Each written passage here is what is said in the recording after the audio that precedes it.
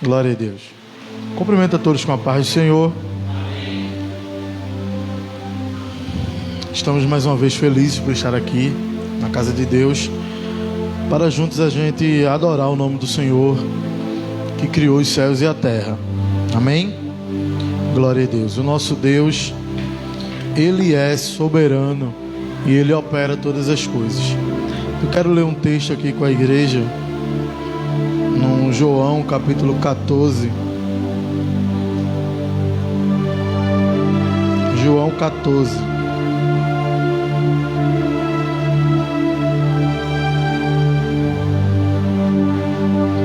Diz assim: não se turbe o vosso coração, crede em Deus, crede também em mim. Na casa de meu pai há muitas moradas, do contrário eu vos teria dito, pois vou preparar-vos lugar, e me vou e vos preparo lugar, e virei outra vez, e vos tomarei comigo, para que onde eu estou, vós estejais também. Amém? Glória a Jesus. Feche os teus olhos comigo. Pai, nós oramos a Ti, Senhor, crendo que Tu és um Deus que fala, que Tu és o nosso Senhor, que Tu és o verdadeiro Deus, e que a Tua palavra tem o poder de clarear nas trevas, de resgatar da lama, de curar, Senhor, e de fazer o extraordinário em nossas vidas. Nós cremos em Ti e por isso nós Te glorificamos, em nome do Pai, do Filho e do Espírito Santo. Quem crê diz? Amém. Glória a Jesus. Só Bruno creu, foi? Quem crê que diz? Amém. Glória a Jesus. Amém.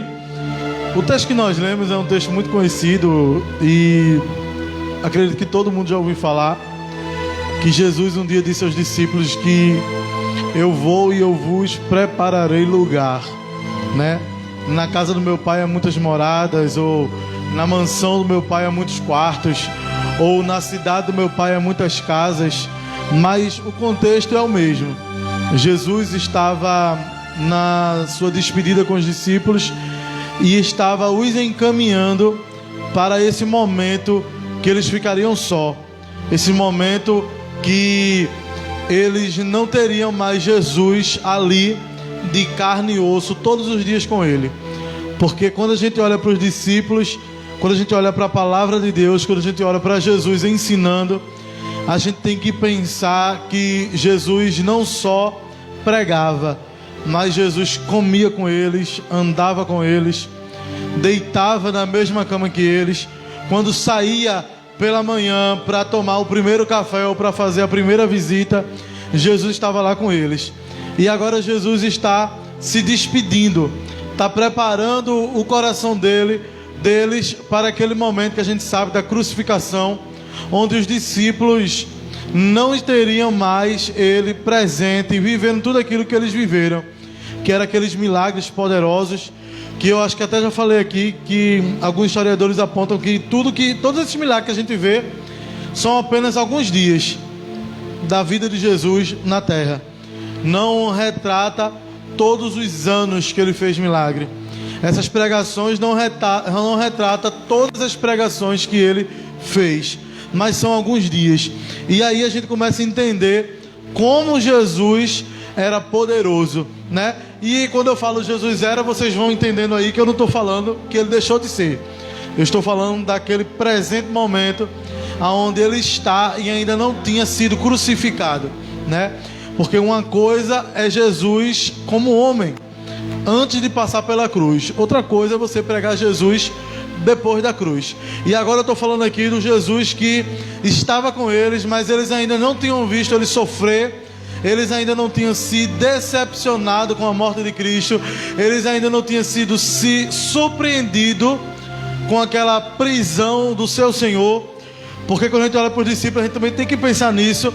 Eles acreditavam que Jesus ia quebrar a política romana, que Jesus ia tomar o governo, que Jesus na verdade entraria com um cavalo branco e ele entrou no burrinho, e que ele ia tomar o governo material de Roma. E Jesus vai lá e quebra todo o protocolo, entra com a sua simplicidade, entra com o seu amor, né? Muitas das vezes a gente vai ver Jesus escolhendo os lugares, não muitas das vezes, mas sempre, Jesus escolhia os lugares mais simples, escolhia as pessoas mais simples para conviver, para viver.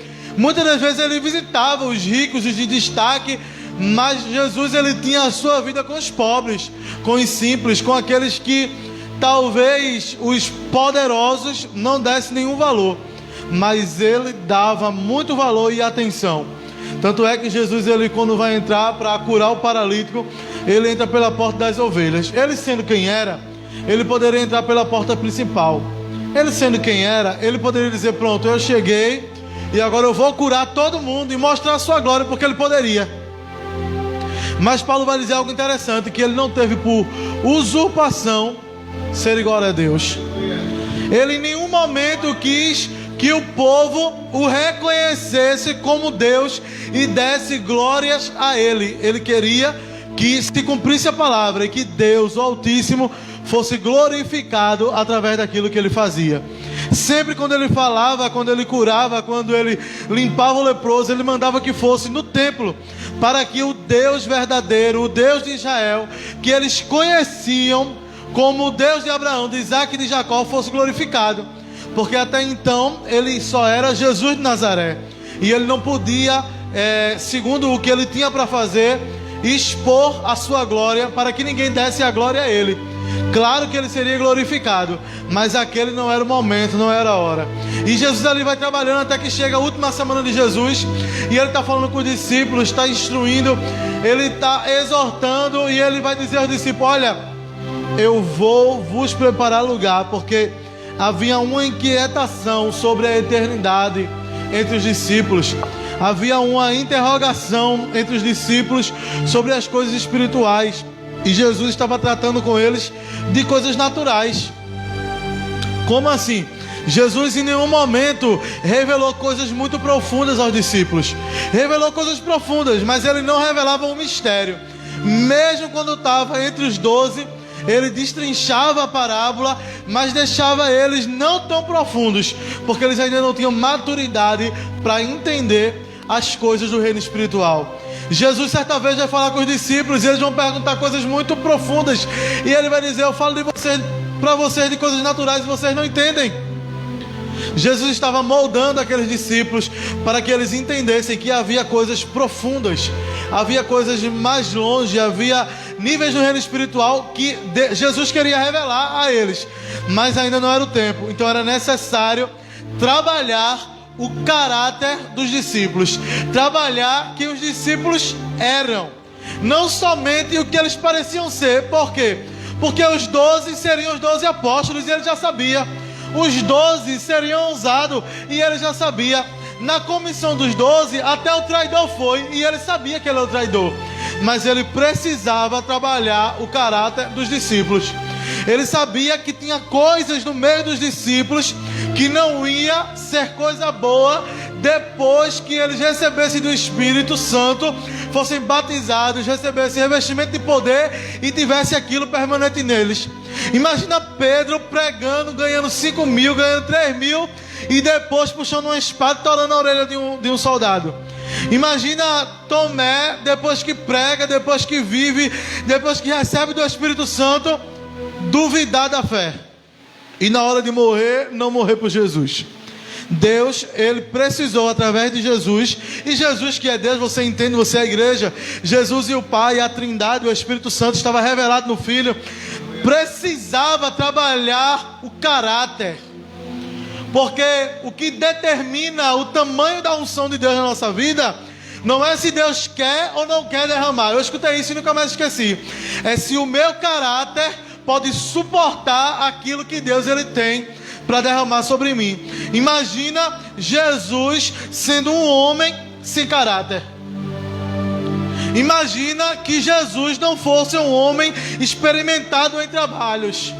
Imagina que Jesus não tivesse sido carpinteiro. Imagina que Jesus não tivesse sofrido, padecido, aí agora ele viveu uma vida boa até 30 anos de idade, aí chega na beira do rio lá do Jordão, é batizado, o Espírito desce e o caráter do homem Jesus não está forjado. Como seria isso? Porque Jesus era homem, precisava ser forjado o caráter dele. Ele não tinha pecado, não. Mas como homem, ele foi trabalhado como todo homem. Ele foi testado, ele foi provado e foi aprovado. Você concorda com isso? Diga amém. Ele foi testado, foi provado e foi aprovado. Homem experimentado em dores. Ele sabia o que era sofrer, ele sabia o que era trabalhar. E agora ele está fazendo uma promessa. Mais uma promessa, não é uma promessa. É mais uma promessa. A promessa de que ele iria ao Pai e que os discípulos não se desesperassem. Porque ele viria buscar a sua igreja. Ele forjou o caráter daqueles homens e está dizendo assim: ei, eu que trabalhei, que lutei, que convivi, vivi com vocês esse tempo todo, que demonstrei para vocês todo esse poder. Eu mostrei para vocês que eu tenho poder sobre a morte, sobre a vida, sobre as enfermidades, sobre o tempo. Eu estou dizendo para vocês agora: eu vou ao Pai e eu vou voltar para buscar a minha igreja. Tenho uma convicção: eu vou voltar para buscar a minha igreja. Pode ser que eu e você não entenda o tamanho do que Jesus estava dizendo, mas para quem conviveu com Jesus 3 anos e alguns meses, sabia que ele estava falando a verdade. Tomé vai dizer assim: mostra-nos o Pai. Os discípulos: mostra-nos o Pai. E ele vai dizer: vocês não estão vendo o Pai? Eu e o Pai somos um. Tudo que eu tenho feito, tudo que eu tenho operado, os milagres que eu tenho feito, eu e o Pai somos um. Tirem a dúvida, porque a dúvida atrapalha. A dúvida não deixa Deus trabalhar. Se tem alguma coisa que atrapalha Deus trabalhar, é a dúvida. Não tenha dúvida, tenha convicção que o teu Deus, ele é fiel para cumprir o que ele disse. E o que foi que ele disse? Ele vai voltar e ele vai buscar a sua igreja. Irmão, eu acho tremendo que a Bíblia diz que aqueles que estão em Cristo, que morreram em Cristo, melhor expressando, ressuscitarão primeiro.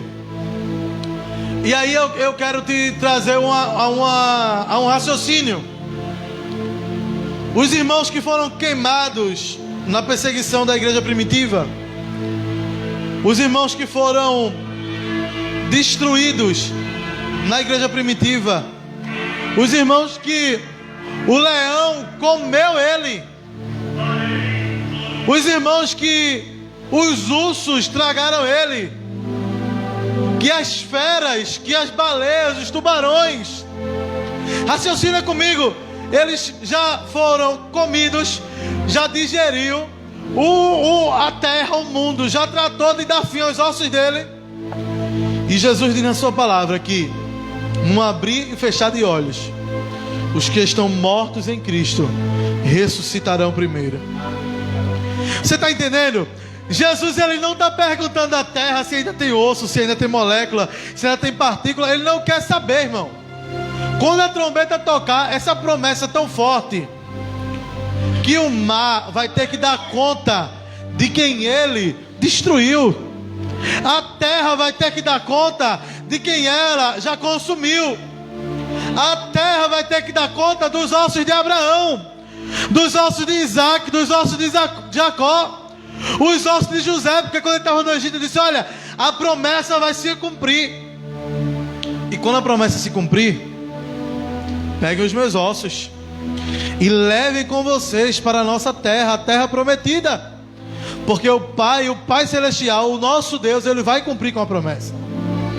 Então eu quero te lembrar nessa noite, irmão, é o penúltimo dia da campanha, a gente já pelejou 11 dias, e eu quero te lembrar uma coisa: há uma promessa sobre a nossa vida, e essa promessa é grande. Há uma aliança sobre a nossa vida, e essa aliança, o próprio Espírito de Deus.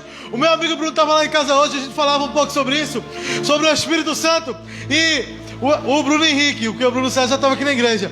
E a Bíblia fala assim, que o Espírito Santo, há um que resiste ao Espírito do Anticristo, e este é o Espírito Santo. Ele resiste, Ele luta, Ele peleja por nós. E o Espírito Santo será a carruagem que vai nos conduzir. Anjo não tem poder de restaurar corpo, irmão. Anjo tem muito poder, mas poder de restaurar corpo. Mas o Espírito Santo, Ele vai dar conta desse recado. O Espírito Santo que cuida de mim, que cuida de você, que está, a gente sofre, a gente peleja, porque assim, a gente não conta no altar os detalhes dos problemas, que o altar não é para isso. O altar é para a gente agradecer. Mas você sabe o que você passa, eu sei o que eu passo, o pastor sabe o que passa. E às vezes a gente diz assim: Deus, é difícil, é complicado, eu não aguento. Mas o Espírito Santo sabe se você aguenta. Tanto sabe que você ainda está aí, não teve vitória, vai ter, mas ainda não teve. Por quê? Porque não chegou o tempo. E a gente precisa também falar dessa parte. A parte que não chega ao tempo. A parte que às vezes a gente ora e não acontece. A parte que às vezes diz assim: Deus, está doendo.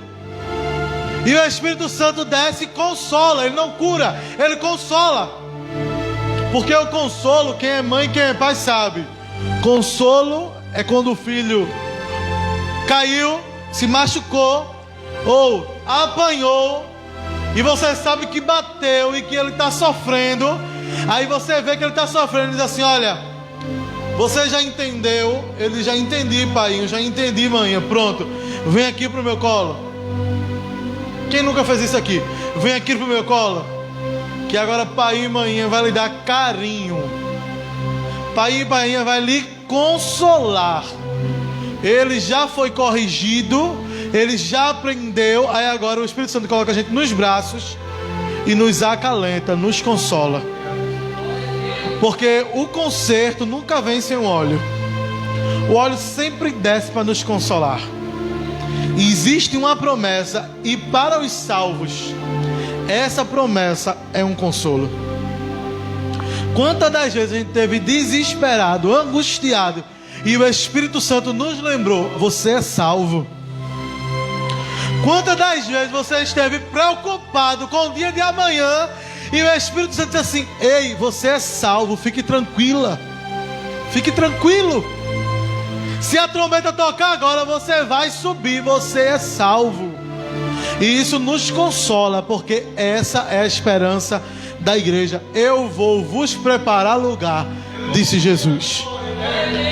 Eu vou ajeitar, na minha linguagem, um lugar para você quando você vier para onde eu estou indo. Eu tenho uma morada para você. Pode ser que aqui você não tenha morada, pode ser que aqui você pague aluguel, pode ser que aqui o diabo te diga que você nem pode, nem tem, mas no céu, aonde ele não entra, aonde ele nem pode, nem tem, você tem uma morada. Você não tem um quarto e sala não, você não tem um quadrado, você não tem uma kitnet, você tem uma morada. E é lindo, porque nesse lugar não é só uma morada, é uma cidade. Porque a cidade tem uma praça, a cidade tem prédios, a cidade tem jardim. Bruno já falou aqui várias vezes. A cidade tem um rio. Há um céu preparado para mim e para a tua vida. E Jesus disse: ei, creia, eu e o Pai somos um. E eu estou dizendo para vocês, depois de tudo que eu fiz, que eu estou falando a verdade. Jesus está dizendo assim: ei, eu estou falando a verdade. Em verdade vos digo. O que é isso? Eu falo na verdade, eu sou a verdade, eu digo a verdade. Em verdade vos digo, eu vou vos preparar lugar. Há um lugar preparado para a tua vida. Não foi só para os discípulos, não foi só para a igreja primitiva, é para você. Está na hora da igreja moderna lembrar que o gozo da alma não é uma promessa de uma vitória momentânea. A igreja moderna esqueceu que o gozo da alma é a alegria de ir para Sião. A igreja esqueceu que a nossa felicidade é ir para o céu. Quantos planos para o ano de 2021 que não inclui buscar a santidade para morar no céu?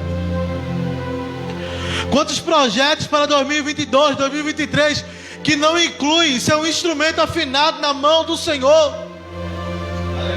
Mas eu quero te dizer, Ele foi preparar lugar para a tua vida. Tem um céu preparado para você. Para a tua alma tem um céu preparado. A eternidade te espera com Cristo. E antes de encerrar nessa noite, eu quero trazer à tua memória. João viu uma cidade. Eu não vi, mas João viu. E quem viu, se agarre no que viu. Mas quem não viu, se agarre no que Jesus disse. Quem não viu nessa noite, eu quero te lembrar uma coisa. Jesus ele disse, bem-aventurado vós que viste.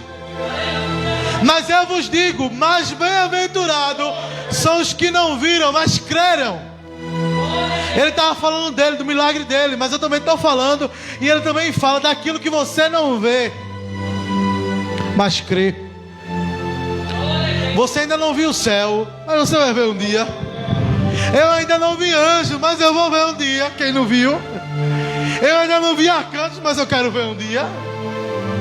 Eu ainda não vi o trono, mas você não crê no trono? Eu ainda não vi o anjo, mas você não crê que tem?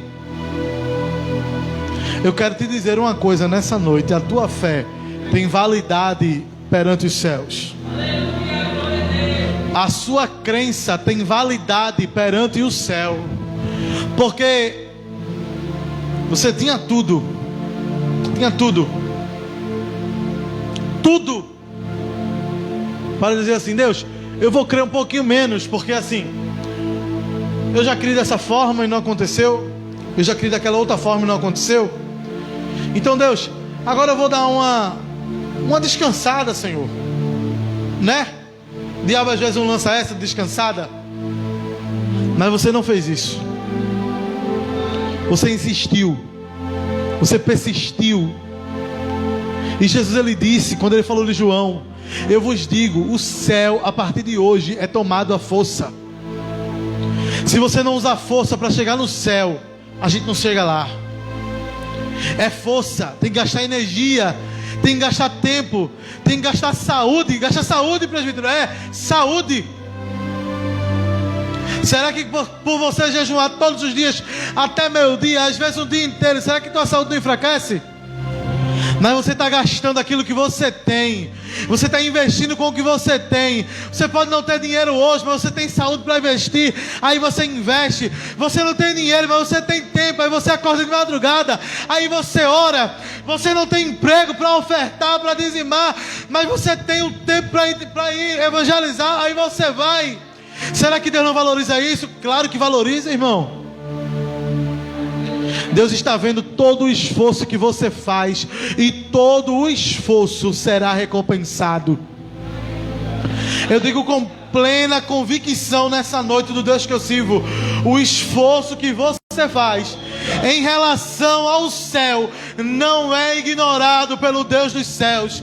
Deus irá validar o teu esforço. O teu sacrifício não é em vão.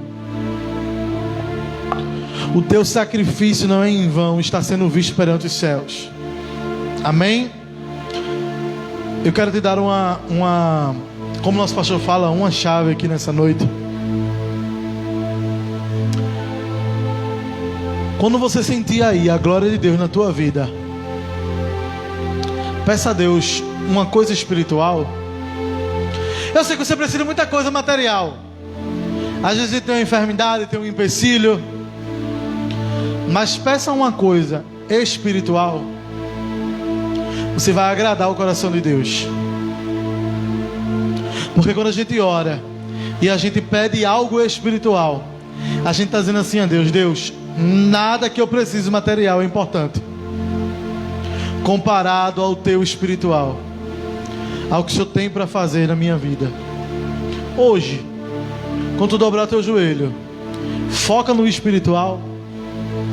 E Deus ele vai ter resposta para a tua vida mais uma vez nessa noite. Amém? Que Deus abençoe a igreja.